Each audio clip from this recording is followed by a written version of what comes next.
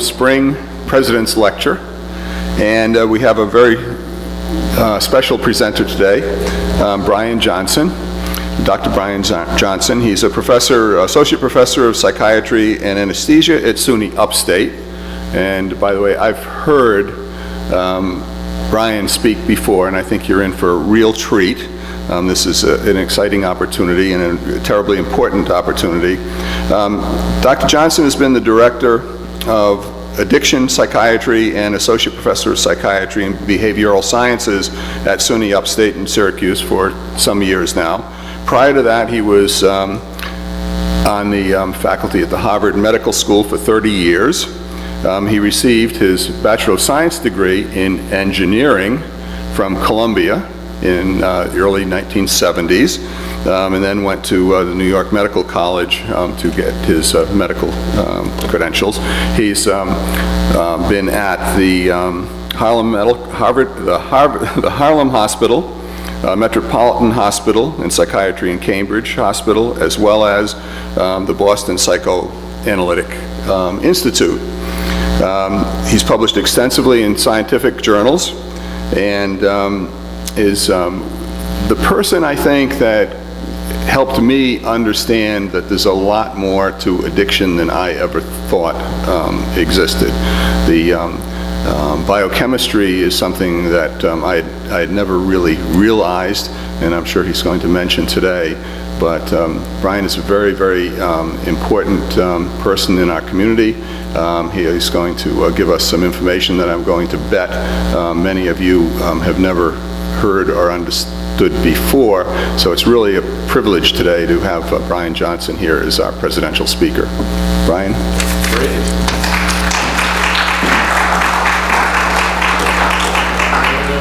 I am looking, this is not working, right? There's an on button that seems to be doing nothing.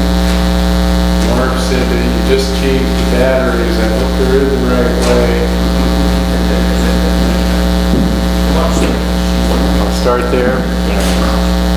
We'll figure out. All right, so I am so excited to be at an engineering school because, as you heard, I'm an engineer. So how many people are here from the engineering part of SUNY? Wow, look at that. 3 people, that's great. Oh. All right. So one way to understand this is it's a combined engineering, nursing talk. So I hope to hit both sides of you. And in particular, what I learned to do at the Columbia School of Engineering was make models of biological systems. So I was in engineering biology, and it's still what I'm doing. So there are 3 parts to the talk. The first part is to give you a sense of what's going on socially and epidemiologically. The second part is I'm going to give you some of the models that I've developed on our neuropsychoanalytic addiction service at Upstate. And finally, I'm going to say something, having developed the model, about marijuana and how that fits in. Does anyone here smoke marijuana? I didn't think so. Oh, 1 person. Okay. So just in case you want to know what are the potential hazards, they're going to get covered. So let's see. All right, so this is the Farnham Family Services, which is near SUNY Oswego. You can see that people are using heroin more and more. And one way to understand what heroin is it's a dumb old brand name. So in the drug culture, no one wants alprazolam, everyone wants Xanax. And no one wants oxymorphone, everyone wants Opanas, because the brand has this idealization that we're going to talk about later on. So diacetylmorphine had the brand name heroin, and I use generic names, and if you use generic names, it makes your understanding of what's going on a lot more simple. So diacetylmorphine is just the dumb old morphine molecule that comes out of the poppy plant. You put on 2 acetyl groups, and it just crosses the blood-brain barrier a little bit faster. It's more lipophilic, but it's diacetylmorphine nowadays mixed with dirt. So when you buy heroin, just keep in mind you're really buying just diacetylmorphine mixed with dirt. And then there's a receptor system in the brain, and we use this receptor system all the time in our clinical work, and we modify it in different ways. And the people who use diacetylmorphine, it functions as a hormone. You'll see by the end why I would call opioids a hormone. It's modifying these 4 types of receptor, but the mu receptor is the one that we care about now. And it's what gives people the high of heroin, except if you think about it, what is a high? And as I asked different patients, it's actually different for each person. So for example, we had a woman who was drinking alcoholically on her service. She had a typical story of overwhelming childhood abuse. Her post-traumatic stress disorder got so bad that she said she noticed one day she was walking home in the fall and a falling leaf hit her in the back and she jumped. And so the high of alcoholic drinking for her was just she wasn't terrified every minute. So the high is different for different drugs, and it depends on their biological properties. And then the standard way to get drugs into your brain is eating them. So I hope all you guys, when you want to use drugs, you eat your drugs. I take aspirin every morning and I ate it. You know, could I have sniffed it or smoked my aspirin or injected it? Well, you know, that would have been weird.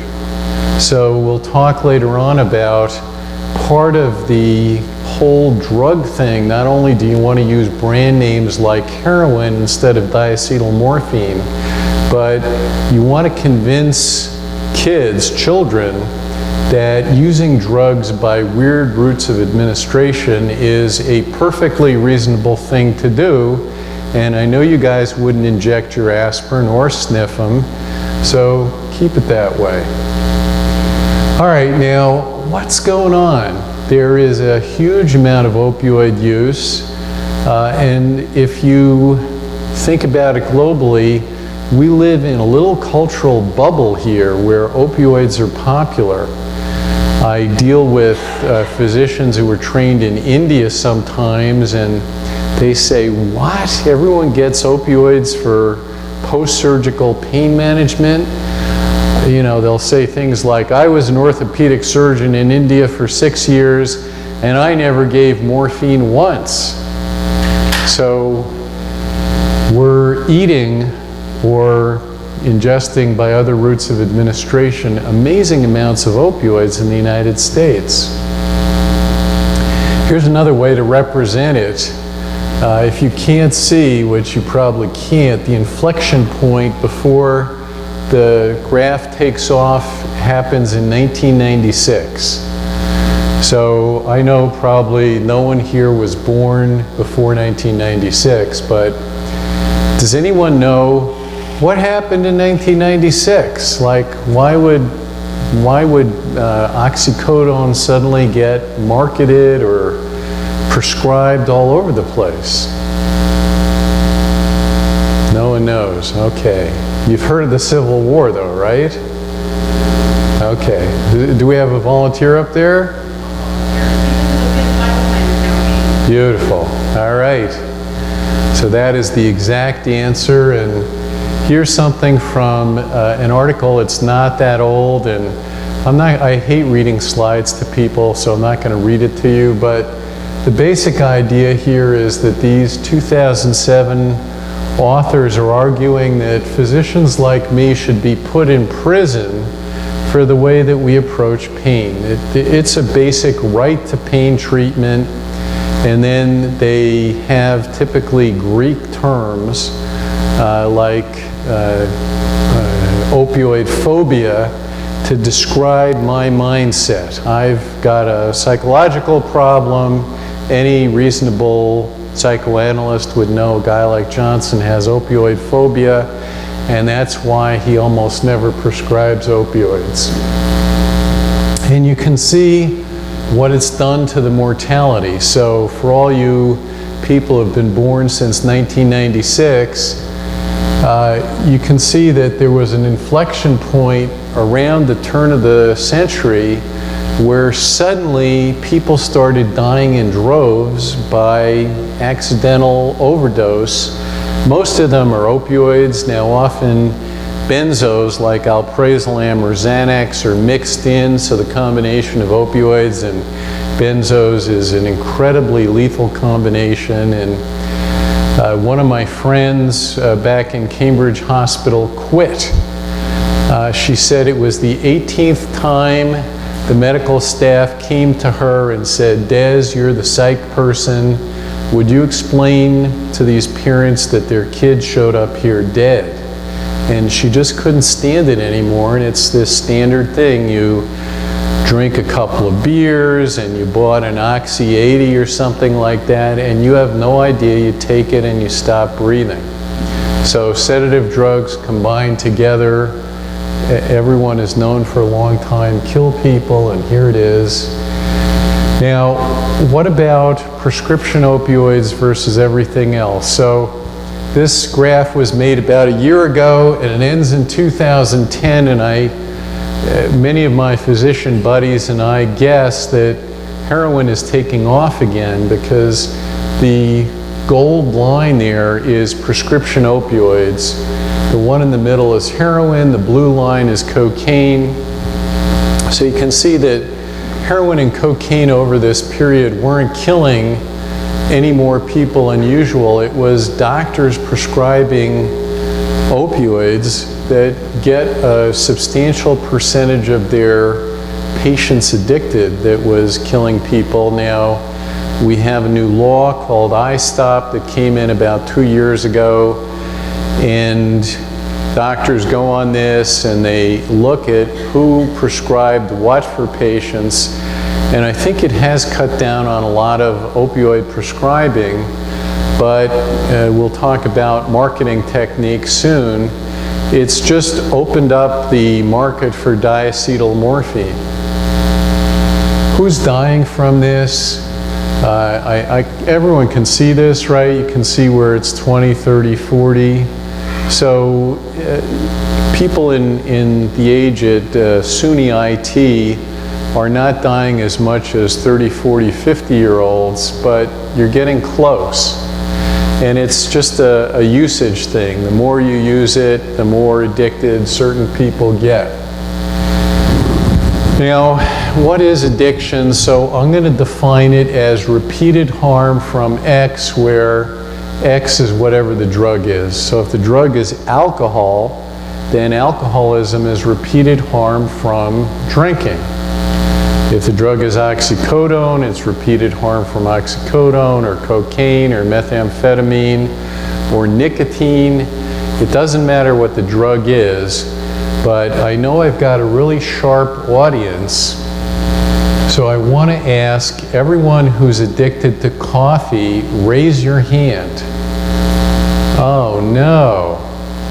Very disappointing. Okay, I'm going to go back to the previous slide. Repeated harm from coffee. Has anyone here had a stroke following coffee use? Accidental overdose? Robbed your grandmother's jewelry collection to go to Starbucks? Gotten a serious bacterial infection from using coffee? All right, so wake up, you guys. The definition of addiction is you urgently want the drug even though you know it's harming you. Coffee seems to protect against type 2 diabetes, Alzheimer's disease, Parkinson's disease. If it was a market drug, if it was newly under patent, everyone would be paying $50 for every cup of Starbucks. It's good stuff. So it can't be an addictive drug. Is it a psychoactive drug? Yes. It's not addictive. All right. So who knows who this alluring woman is besides the great-granddaughter of Leon Trotsky? That's a big hint. Has anyone here heard of Leon Trotsky? Uh-oh. Who is this?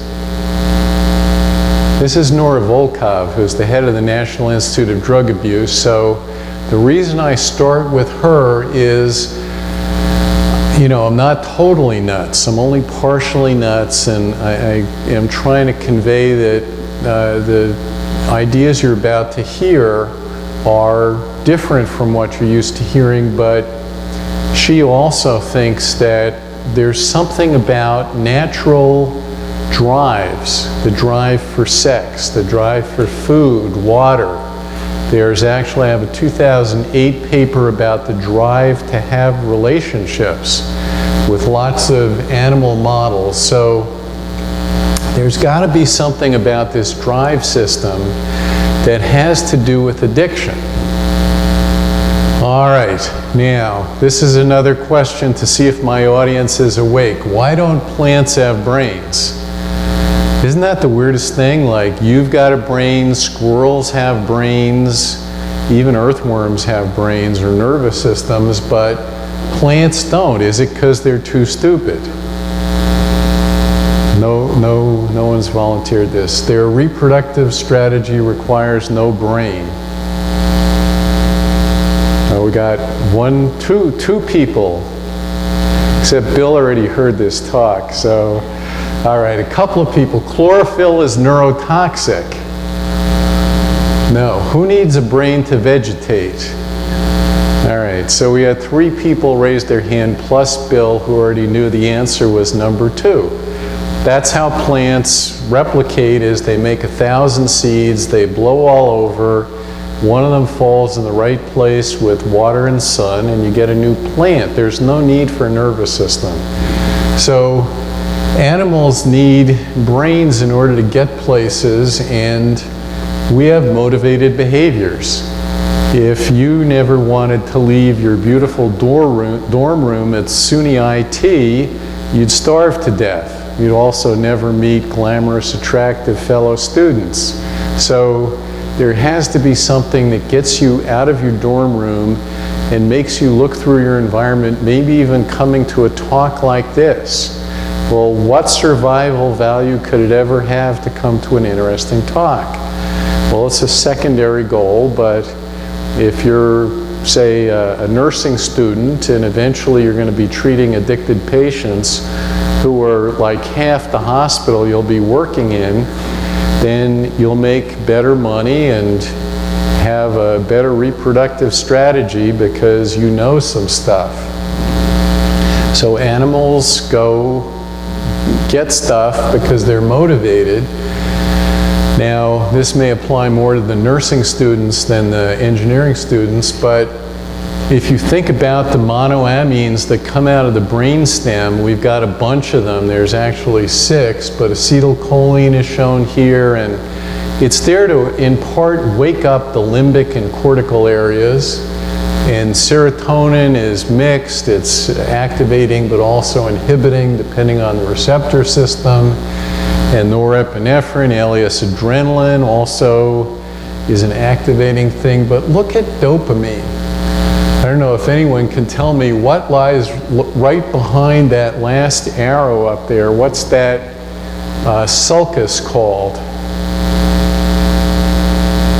It's the fissure of Rolando. So it divides the brain between the anterior part that has to do closest to the midline with just dumb old motor movements, but more anteriorly, inhibition, planning, complex thinking. So dopamine innervates the part of the brain that helps animals get out of their dorm rooms and go find interesting stuff in the environment. All right, now when I first wrote this paper, I couldn't get it published, and then one of my medical students came back and gave a talk on toxoplasmosis, which I now use as a metaphor. So when Bill heard this talk, I showed a whole video on it, and this is the YouTube URL for it, and if you go to YouTube, toxoplasmosis, you see many fun things about this single-cell parasite, but I'm going to talk to you about this diagram that was published in 2013. So toxoplasmosis lives in the gut of cats, and it's like many parasites. Your gut is full of all kinds of organisms, and frankly, you don't care. The cats don't care. The toxoplasma love it in there, but they get pooped out. So what do you do if you're a toxoplasma spore and you just got pooped out of the cat and you're lying on the ground? Well, their reproductive strategy, much like plants, single-cell organism, no brain. Every once in a while, a rat brushes by, the toxoplasma cyst sticks to the fur, the rat licks its fur, the toxoplasma gets in through the gut and lodges in muscle and brain, and the cysts go everywhere just like seeds, but there's a certain place in the amygdala, which this diagram is showing, where the fear pathway and the sex pathway lie very close together. Rats are naturally terrified of cats. The minute they smell a cat, they run. It's a survival thing. Rats who are infected with toxoplasma, what the toxoplasma can do is 500 million years ago, we had a common ancestor that could make tyrosine beta hydroxylase, which is the rate-limiting step that changes tyrosine in your food through L-dopa to dopamine. And the rat brain in this particular part of the amygdala is flooded with dopamine, which apparently jumps the tracks. So the rat begins to think that the cat smells like the most handsome or beautiful rat that they could ever imagine. They run up to the cat, they get eaten, and the toxoplasma cyst in the muscle goes back into the cat gut where it always wanted to be. So the model, this is a parasite model, but it applies to addiction, is that there are ways that you can change the brain, and you change the seeking system, this drive system where animals are looking for things, and you want to make the smallest change possible so that the animal behaves as normally as possible. Unfortunately, getting addicted to drugs like cocaine and methamphetamine, it's because it just does this one weird thing. So cigarettes are your primo example of a drug that everyone knows is noxious. And if you do have cigarette addiction, you'll remember being 8 years old and smelling cigarettes and thinking, ugh, that's disgusting. And then by introducing it into your brain several times, your brain got changed. And now, when you see someone light up a cigarette, you go, oh, that looks great. Could I have one? And it's an aversive drug. So the hedonic idea that addiction is about pleasure, that's obviously wrong. No one would smoke cigarettes if that was true. All drugs of addiction change this pathway. So I told you about the upper pathway. The downer pathway is a little more complicated, and it's on the left side of that cartoon. Opioids are put in there as an example, but this is true of cannabis, alcohol, benzodiazepines. The brain is set up with a series of drivers and brakes, and this VTA interneuron is GABAergic, and all the nursing students know that gamma aminobutyric acid is an inhibiting neurotransmitter.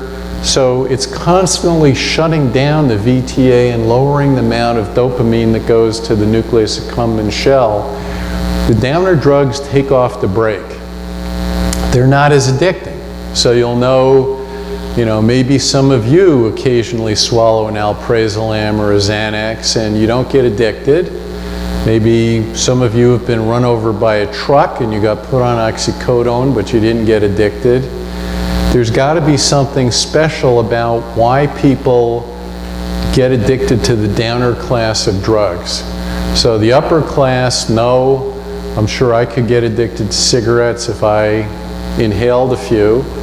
And it would change my thinking. Suddenly I would be in a different state of mind, which is frightening. All right, so the academic version of this is this article in the Frontiers in Human Neuroscience that describes this addiction thing. I wrote it in 2009 at a 6th grade reading level, so this book, The Widespread Zombification in the 21st Century and the Wars of the Zombie Masters, tells more of the social story, but it's got all the neuroscience in it. It's just written at a digestible level. So in a way, it's a trope. It's not necessarily for teenagers. Anyone who wants to get a basic idea of how addiction works, you can get the book. And then the website, drugzombie.com, is the SUNY Upstate Addiction Medicine website. So all our detox protocols, all our patient handouts, many academic papers are there. So if you want to read the Frontiers in Human Neuroscience paper, you can download it from there. Okay, so what's happening with kids? One of my friends used to work at the MIT student counseling and complained, God damn it, by the time we get freshmen, the ones who are addicted are already addicted, and then we have to deal with them. So this is a study about the gateway theory of addiction, which I think there's overwhelming evidence for. The more addictive drugs you put in that pathway, the easier it is to catch the next drug. So 73% of 12th graders by 12th grade have misused some sort of an addictive drug. And alcohol, nicotine, cannabis, and prescription drugs, those are the 4 that seem to go together. Kids who use one seem to use all 4. Okay, and then one of the things that I could never do if I worked at the college counseling service is treat ADHD with stimulants. They're incredibly addicting. And this is an anonymous survey of students, maybe around the age of most of the people in the audience here. And this is what happens when students get prescribed amphetamines, is they go everywhere, including, I don't think it's on this slide, but 54% of kids who got a prescription reported someone went, dude, can I have some of your Adderall? And you can see Adderall, which is this amphetamine, dextroamphetamine, is the one that is misused the most. If there was a drug that was misused 71% of the time, I don't think anyone could prescribe it. I couldn't. And you can see the drug that we use, bupropion, to treat ADHD, which is a stimulating antidepressant. They actually asked in this survey who misuses it, and that was the answer. All right, so once the brain is changed, this is the weirdest thing, but the person's thinking changes. Just like the rat suddenly thinks that cats smell like the most delicious, wonderful sexual partner they could ever imagine, your thinking is changed by exposure to the addictive drug. So it's going to work both ways. You'll see later there's a vulnerability to drug addiction, but if you expose the brain of any child, and that's who they're looking for, then their thinking changes. So I wrote down some of the things that we hear from people who are addicted to cigarettes, like we all have to die sometime. And I was thinking of Freud when I made up this last slide. I have a paper about his addictions. He died of addiction. He was addicted to cocaine and nicotine. And one of our patients, we had a couple for our pain service, and the man who was the support person was saying, "This is awful, you know, both my parents died of lung cancer because they gave up smoking." You know, that's the weirdest thing, except Sigmund Freud said the same kind of thing. He had a precancerous lesion called leukoplakia when he used 20 cigars a day. And he used to say that the leukoplakia got worse if he ever stopped cigars, and that's why he never stopped. Or he has that aphorism, sometimes a cigar is just a cigar. Unconsciously, I'm sure he knew he was addicted, and if anyone ever said, "How could you be such a smart guy and be doing such a dumb thing?" The whole of psychoanalysis would be undercut. So he made up this clever saying that just changed everyone away from asking, why would you be using 20 cigars a day? All right, so there's a defense in psychoanalysis called idealization, and it's described as a kind of splitting. So one thing we see as non-addiction psychoanalysts is some people fall madly in love with other people because they're terrified of them. So you go through this period when you're tremendously, overwhelmingly in love with someone, and then, you know, by the third time they beat the crap out of you, you realize, gee, I have to stop dating, you know, women or men who just got out of prison. So the idealization is there to defend against feelings of terror. This is from another paper of mine from the 90s. So idealization, but this is a 21st century idea, it's catching. Just like if you're in a talk like this and everyone starts laughing and you didn't even hear the joke, but you start laughing too, there's a way that idealization gets socially transmitted. So I'm going to give the example of Jason, who's on our service now, and he was a terrific student in high school, and what he didn't tell his parents was he wanted to take a gap year because he'd been Mr. Straight A, Mr. Straight, and he wanted to try every drug there was during his gap year so that he got it out of his system, except he started using diacetylmorphine, and his experience was, at least in a split-off way, this is the greatest thing ever. You know, I used to be just dumb old Jason, and now I'm hanging out with this guy, and he's 29, and all the drug dealers really respect him, and they front him bags, and you listen to this, and it's like Freud saying that his leukoplakia is made better by cigars. But this is the way people talk.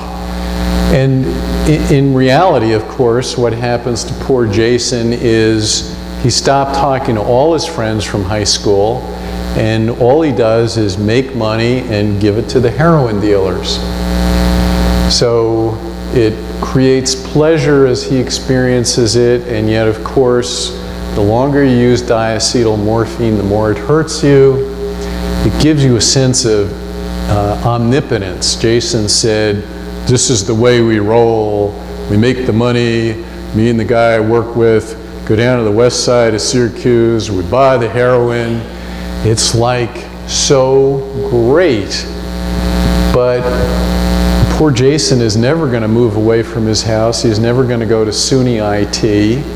He's going to, and we joke, all the biggest drug dealers in Syracuse live with their mom. And finally, it creates this rebellious separateness. People will say, "Oh, you know, Johnson, you idiot. You don't have the guts to try heroin." The first time I heard this, I was an intern at Harlem Hospital. I was helping the woman with her dialysis. She had a somewhat unusual but somewhat common reaction where it completely obliterated her kidney function. And she was bragging to me how great heroin was. So you're actually, and this is internalized object relations, but some of us have punitive parts of ourselves, and you end up getting punished eternally. So unfortunately, there's a huge incidence of child abuse of all kinds, and it's like the cigarettes, the heroin is continuing the abuse. The person is taking it into themselves in the most horrible way, and it's just horrible to watch it from outside. All right, so this is the addictive drug industry. The publisher of the zombie book picked these pictures, I think, so we wouldn't get sued by anyone who's selling these kind of drugs currently, but you can see this woman who's advertising cigarettes is saying they make you skinny, and she looks like she's in the middle of an orgasm. And that's what they're selling. I mean, you look at people who smoke cigarettes, and they look disgusting. We had 2 sisters come in this week, and my resident was saying that the one who was smoking cigarettes looked like the mother of the other sister. And here's how it kills people, and we're cut off in 1990, but it keeps going. So lung cancer is now the #1 cancer killer of women, and this is all the addictive drug industry. So they kill about 500,000 Americans a year with cigarettes. And here's the boy equivalent. This might be the Boston Red Sox of 1900. You're going to be a star athlete, of course, you know, you're going to ruin your lung function in reality, but this is marketing. It's hugely lucrative. So this is something in the zombie book that I haven't put in an academic paper because I think it does belong in a book. That if you think about the history of the United States,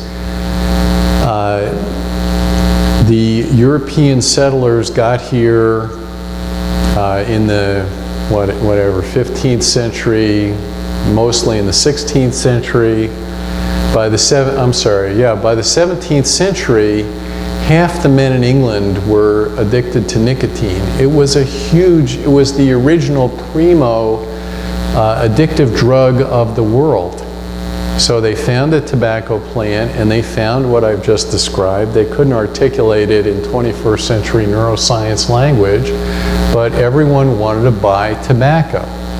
So, what's up with slavery? I haven't seen this anywhere, but it's in the zombie book. It was created by the drug lords of the United States. Jefferson, Washington, Monroe. These were all drug dealers who exported most of their product to Britain and had heinous ways of managing the drug production things, such as slavery. In the Civil War, we got rid of the slavery, but we didn't get rid of the drug trade. 1900, you get the invention of the cigarette machine. It is the best and most lethal drug delivery system ever invented. It's packaged 20 to a package. People inhale their drug. It's advertised as the coolest thing ever. And of course, we walk by all the people, including nurses, I'm afraid, who are standing outside the hospital inhaling nicotine, and we're going, oh my God, these people half of them are committing suicide because it's a 50% mortality drug. So why does this exist in the world, this horrible thing? Because it's incredibly lucrative. All right, and who's the market? Unfortunately, for the addictive drug industry, it's probably not you guys. They're looking for sick people. They're looking for all the child abuse cases in the United States. They want to sell to children. So this is from a 2013 paper I did with Steve Ferrone at Upstate. We have an incredible department. Steve is the most cited author in all of the psychiatry literature. And we looked at the people we helped get off opioids on our pain service and compared them to everyone else who we were seeing for opioid addiction. And you can see the comorbid disorders here. So the blue is the pain group. And you can see that 100% of the pain group had chronic pain, but you can see 50% of the people who had addiction had chronic pain too. And it's because it's a hormone that's changing your brain. I'll show you this in a minute. And what else did they have? Depression. Half of them had a depressive disorder. Few of our pain patients, that's like the population average for depression. ADHD, more than half. Borderline personality, lots of other addictions. And this is in the paper too, but we're going to have another publication soon about this. The way we can show that it captures the craving system when people get addicted to opioids, which is not 100% addiction, is people start to have dreams about the drug dreams.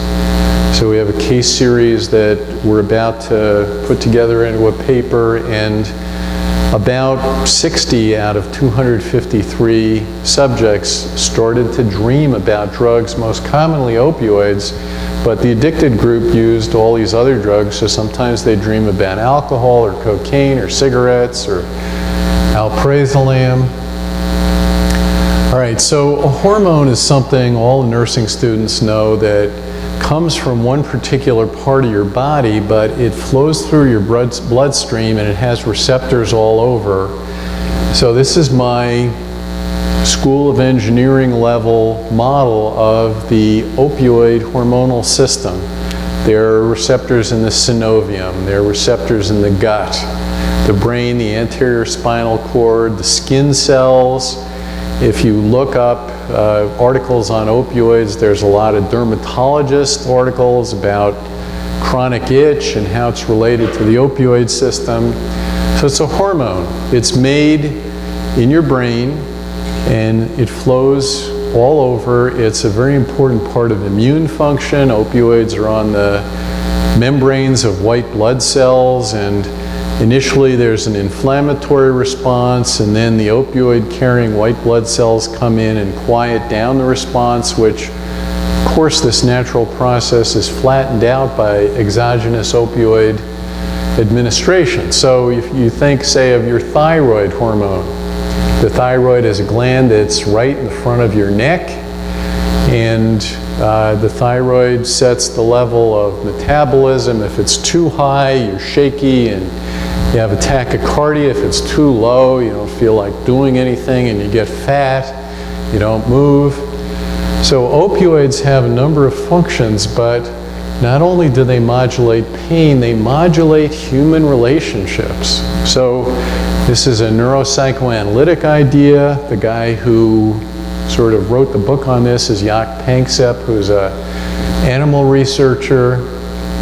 And the model, this is what I learned to do at Columbia, is you make a model that's applicable to human function. So the bar at the top is how you modulate your opioid tone, which is very pleasant according to social interactions. You know, if you woke up this morning and you hadn't talked to anyone, it's so pleasant to come to your first class, and then you come to this, and then you go to lunch afterwards, and then you go to some more classes, and every human interaction is pushing your opioid tone to the right.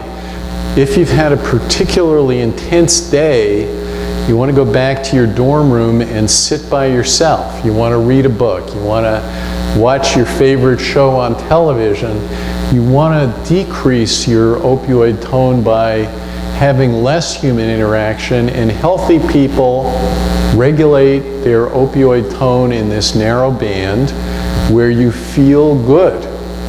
So human interactions feel good. If you think about a seminar you go to where you just love the professor and the other students are so smart and they say all this interesting stuff that you never thought of, and you feel good that you contribute to, it feels great. So if you have those diseases I mentioned, borderline personality, ADHD, depression, if you were abused as a child, what we find is you're actually terrified of human contact. We have a patient we're talking to this week who, the poor guy, was adopted, and then when he was 10 years old, his adoptive mother died, and his father was an alcoholic, sadistic truck driver, and he's been on his own since he was 10. He's terrified of making contact with humans. We first noticed it when he was very distant with us, as if to set up a protective wall. And then on asking about the transference relationship, which is what psychoanalysts do, we get this outpouring of terror about communicating with other people, but he can't function in that healthy band. These are the people who are at risk for opioid addiction, and opioid addiction in particular, because one thing you'll hear from addicted patients is, you know that feeling you get in your heart when you're in love? That's how I feel when I take oxycodone. They actually say that. So if you're a healthy person, you have the standard story, you broke your ankle, you went to the emergency room, they said it, they gave you oxycodone, you took it, and you went, ugh, who would ever take this junk? It's terrible because it pushes you into the dysphoric range on the right. Fibromyalgia, I think, is an autoimmune disease. It follows the standard 3-to-1 female to male ratio, and it attacks the opioid receptor system. So whether it's after we've detoxed people from diacetyl morphine, or when people with fibromyalgia come into our pain service, we give them very small doses, 1,000th of the usual dose of naltrexone. We transiently block their opioid receptor system, and it upregulates. The fibromyalgia symptoms get better. We follow something called the cold pressor test, which is a test of pain tolerance, and at the website you'll see a 2014 paper showing both for fibromyalgia and for patients who've been detoxed from opioids, with the low-dose naltrexone, their pain tolerance gets dramatically better.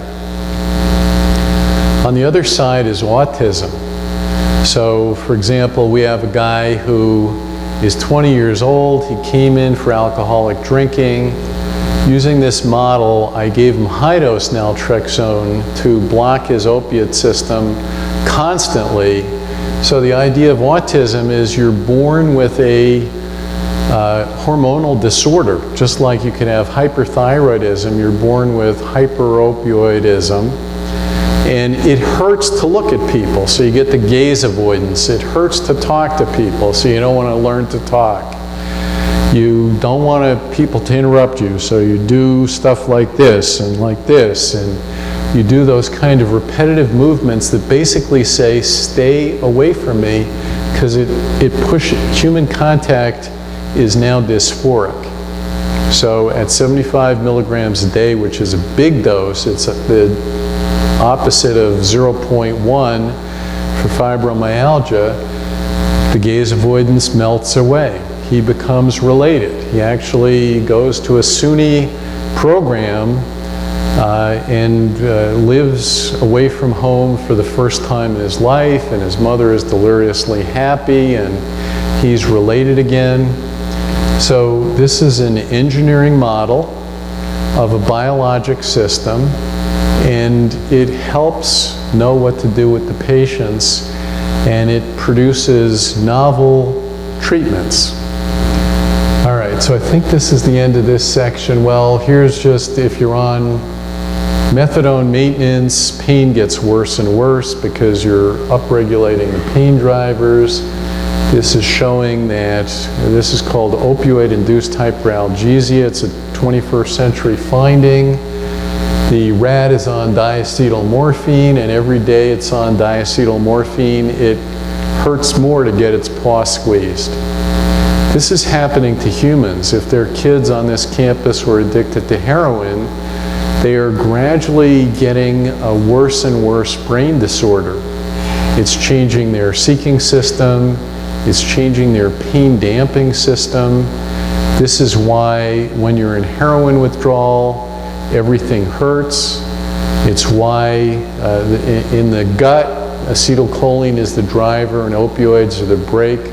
So people puke their guts up during heroin withdrawal because the guts are being driven by an overactive cholinergic system and there's no brake. And moods deteriorate. This is from a 21st century neuroscience paper. George Koob is now the head of the National Institute of Alcohol Abuse and Alcoholism. And it's the A and the B process. Every heroin, every oxycodone, every Opana helps, but gradually this is why people maintain. They'll say they used to get high on heroin, now they just buy enough to stay okay because it lifts them briefly back towards the normal range of functioning. And here's the cold pressure test again. It's just a beer cooler full of ice water. You see how long you can hold your arm in there. You have to pull it out faster if you're hyperalgesic. And you can see that people on methadone have 15 seconds versus 56 for controls. You're on an enormous dose of opioids and everything hurts more. Boy, do people get sick from heroin. So this is really bad news. I'm sorry to say their brains are changed forever. They'll always urgently want heroin. They are getting sicker and sicker.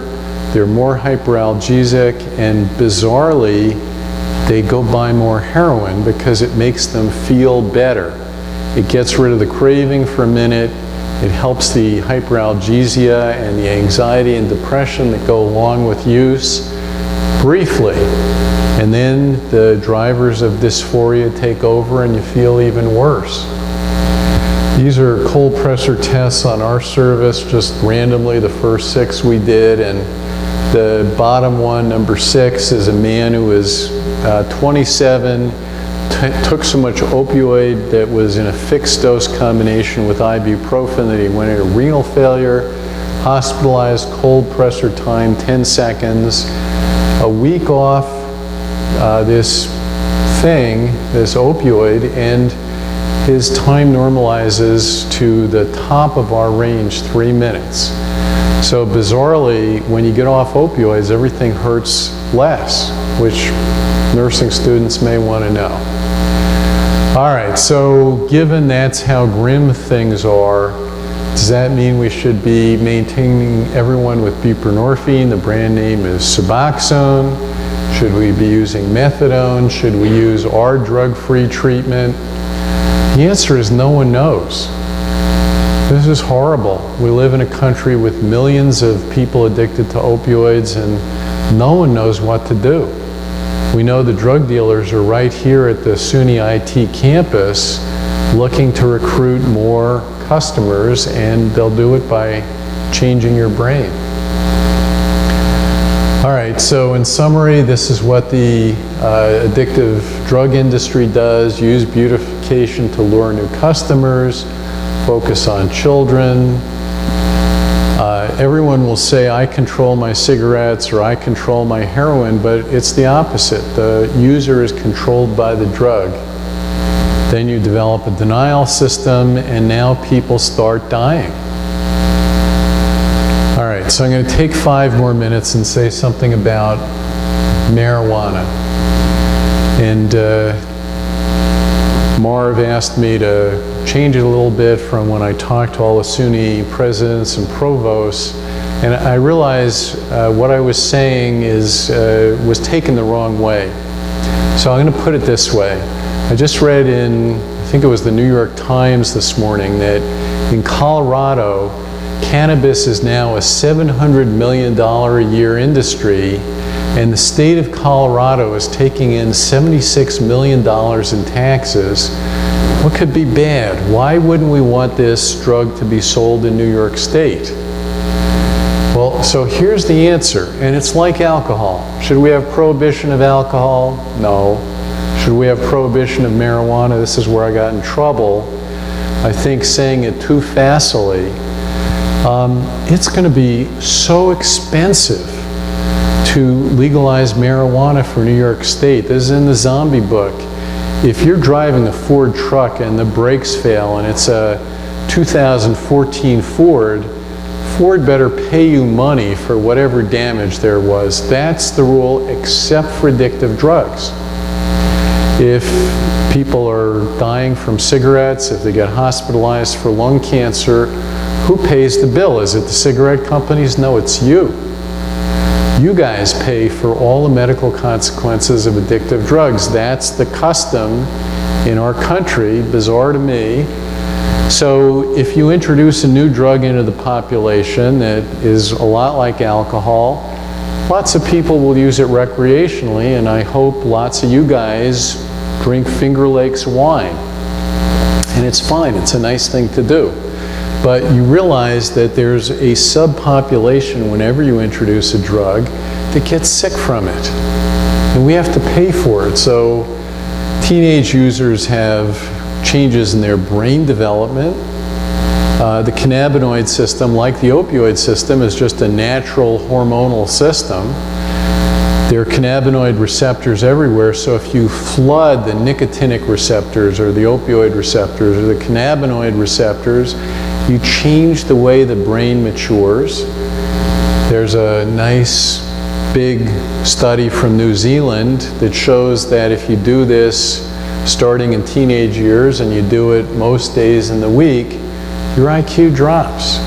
So we're going to have a lot of stupid stoners. If you Google Brian Johnson and the SUNY Upstate, my stupid stoners comment has followed me everywhere. I gave an interview and I said, this is what's going to happen.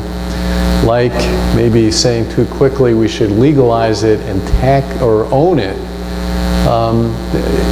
It's going to cost us a lot. People get bronchitis, and it makes a lot of people psychotic. Now, not most users, but people who are going to develop schizophrenia develop it early. And people who have schizophrenia are a primo drug market. They smoke cigarettes almost all the time. Almost everyone with schizophrenia smokes cigarettes because it's got an infectious disease model. If you have schizophrenia, you're out with all the girls and boys with schizophrenia, they're all smoking cigarettes. You're poorly related, but you get that smoking a cigarette would be an important thing to do. That's why they're doing it, you do it. So people with psychosis are all going to smoke marijuana and they're going to get admitted to the hospital. It causes traffic accidents because people get stoned and drive just like they drink and drive. It brings people into the emergency department. Now it's about the number of people who come in for cocaine or opioids, but if we legalize it, there's going to be a lot more emergency room visits for complications. It's got a reputation as being an antiemetic, but we see this, a few times a year, this hyperemesis syndrome, very popular with pregnant women. And all the women here are thinking, oh my God, when I get pregnant, or when I was pregnant, if I had half a glass of white wine, I would feel guilty, and that's the way most women are. But apparently, once you've been zombified and you're using drugs, you just use them. And so it's going to change the brain of their fetuses in ways that we can't anticipate. It's supposed to make people calm, but in fact, when they do that thing, the cell phone rings and you have to say how your mood is, they make people impulsive and hostile. And this is the weirdest thing, it causes strokes in young people. So the average age is under 30. People are vulnerable. Just like when you smoke crack, most people's brains are fine, and then every once in a while they'll blow out an aneurysm that they were born with. Apparently certain people are vulnerable to marijuana-induced strokes. So the neurology service is going to be filled with this. The state of Colorado is going to be losing money. It only gets in $76 million from cannabis sales. So this is why I said at the end of my talk, if we're going to legalize it, we should own the whole thing. We shouldn't be bringing in $76 million. We should bring in $700 million. We'll pay our medical costs, and we'll still have a few pennies left over for, increasing buildings at SUNY IT. So that's the talk, and I would love your knowledgeable comments.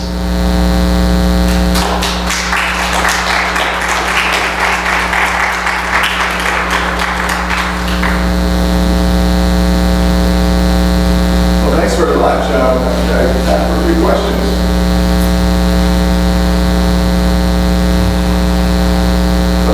Let me start with one question. Every now and then in the news we hear about ways to improve mental acuity. We've heard here how different types of drugs can diminish mental ability. Is there any truth to the notion that mental ability can be increased? Sorry, but there is no genius drug out there. I can tell you'd take it the minute we invented it. All right, who else?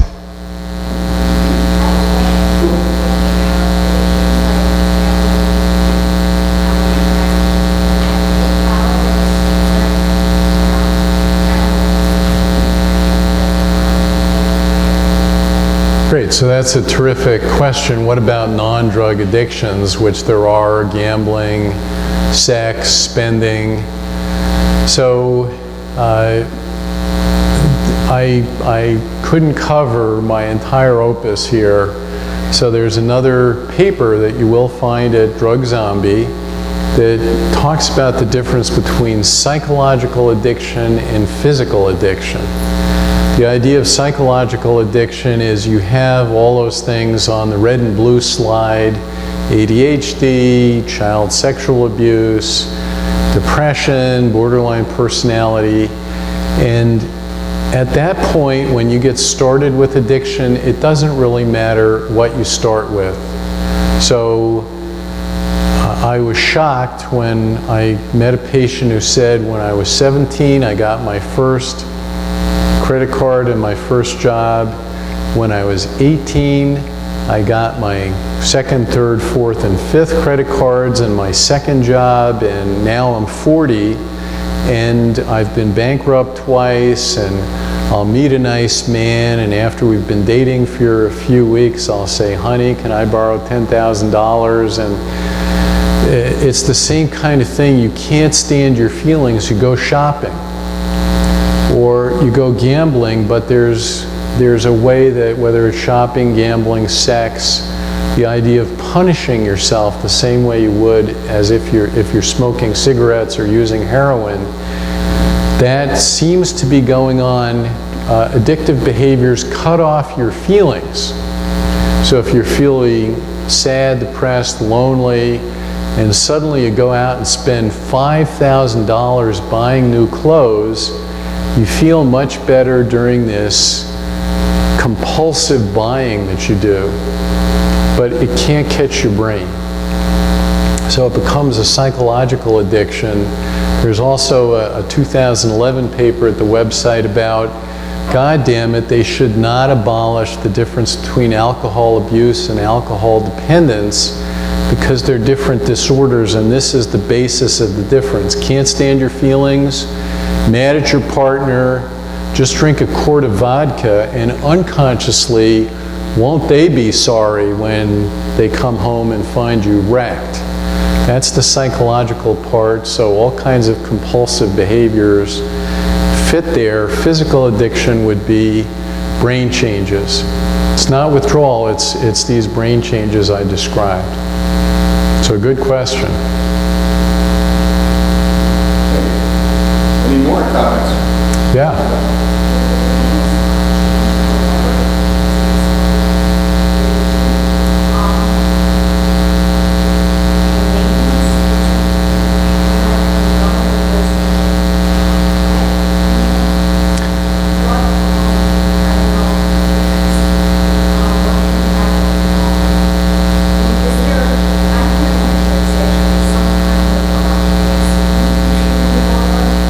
I'm not hearing the end part. It's some kind of...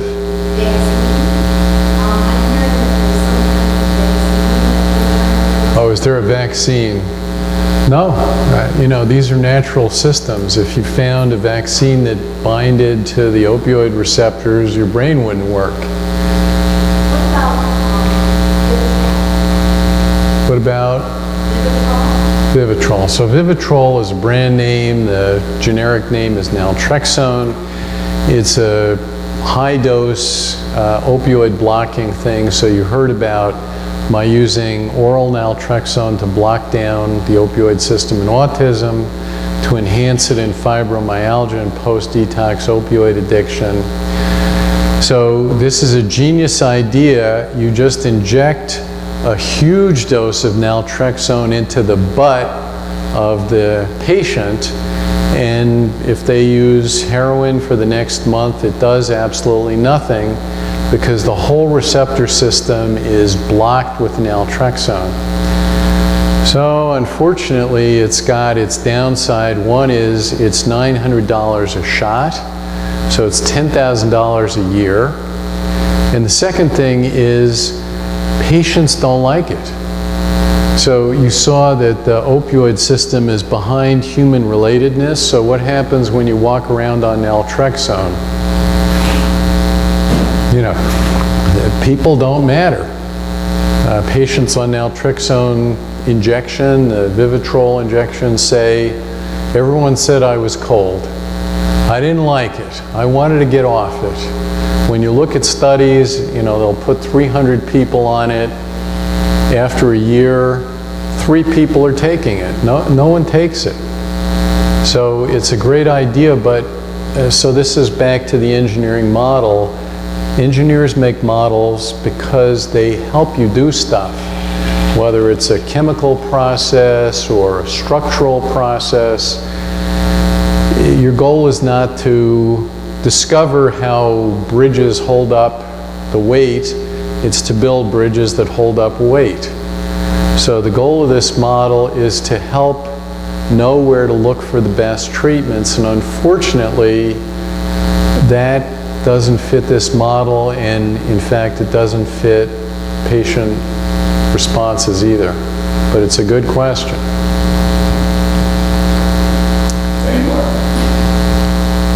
Yeah. I was just curious about your approach to treating autism, how widespread that treatment is, and whether it's effective across.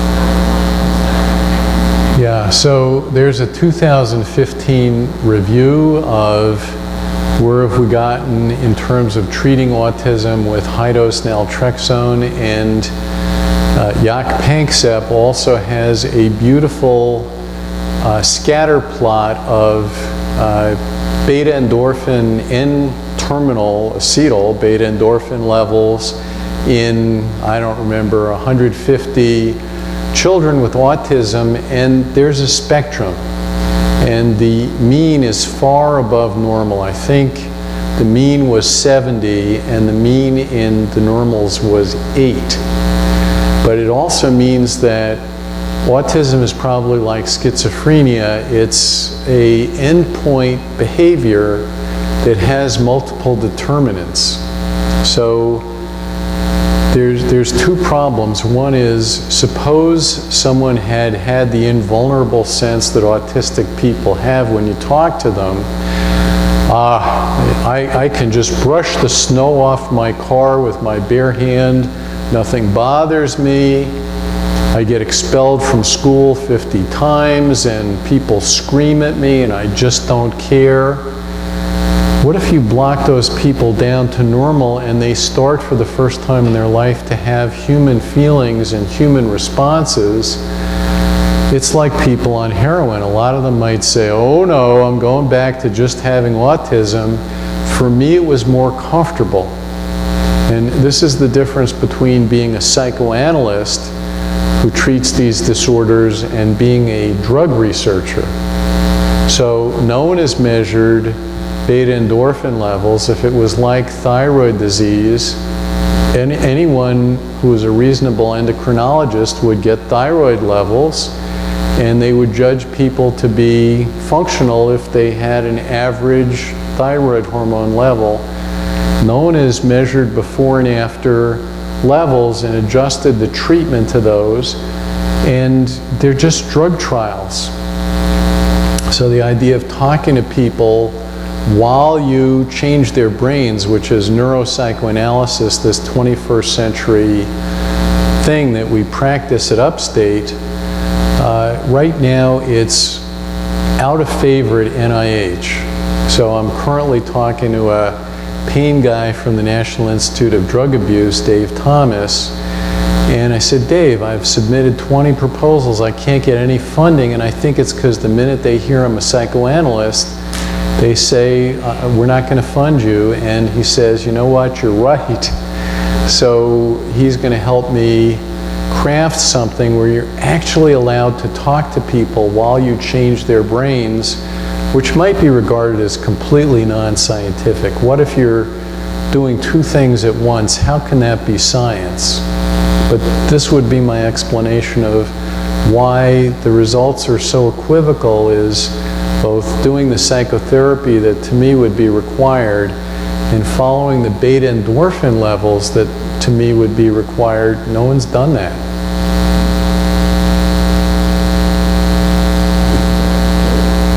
Thank you very much. All right, thank you.